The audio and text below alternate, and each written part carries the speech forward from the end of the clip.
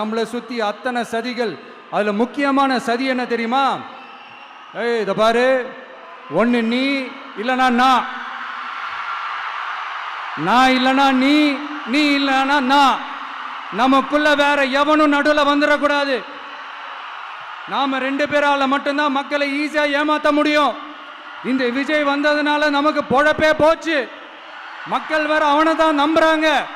நாம வெளியே அடிச்சுக்கிற மாதிரி அடிச்சுக்கிட்டாலும் உள்ள நம்மளுடைய டீலிங் பக்காவா இருக்கணும்.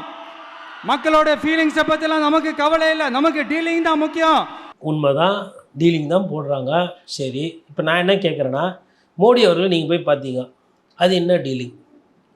முதல்வர் ஸ்டாலின் அவர்கள் குடும்பத்துக்கு நெருக்கமாக இருக்கவங்க கூட சேர்ந்து நிறைய படம், வெள்ளி விழா படம், வெற்றி விழா, அதெல்லாம் நல்லா கல்லா காட்டினீங்க, கோடிக்கணக்கில் சம்பாரிச்சிங்க. அன்றைக்கும் ஃபஸ்ட் டே ஃபஸ்ட் ஷோக்கு அதிகமான டிக்கெட்டு விலை விற்றீங்க. அது என்ன டீலிங்? எடப்பாடி பழனிசாமியை போயிட்டு உங்கள் படம் ரிலீஸ் ஆகணும்னு சொல்லிட்டு 1-2 வாட்டி போய் பார்த்துருக்கீங்க, கெஞ்சி யாசகம் கேட்டு வாங்கியிருக்கீங்க. அது என்ன டீலிங்? ராகுல் காந்திக்கும் உங்களுக்கும் தொடர்பு கிடையாது. கூட்டணியில் அவர் எதிரில் இருக்கிறாரு. நீங்கள் திமுக தீய சக்தின்றீங்க.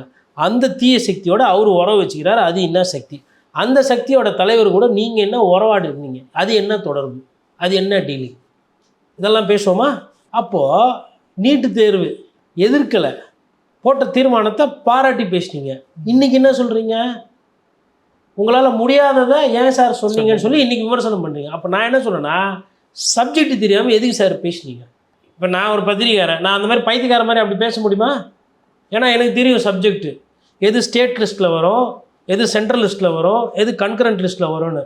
இதுக்கு பத்திரிக்காரனும் இல்லை, 8வது கிளாஸில் சிவிக்ஸ்னு ஒன்று வரும், ஹிஸ்ட்ரி ஜாகிரஃபி வரும்போது இவிஎஸில். அதில் இது ஒரு சிலபஸ். மாநில அட்டவணை எது, மத்திய அட்டவணை எது, கூட்டாட்சி அட்டவணை எது, எதுலாம். இப்போ இராணுவம் அப்படின்னா அது மத்திய அரசோட கட்டுப்பாடு, மத்தியத்தில் இருக்கக்கூடிய அட்டவணையில் வரும். காவல்துறை, உள்ளூர் போலீஸு மாநில கட்டுப்பாட்டில் வரும்.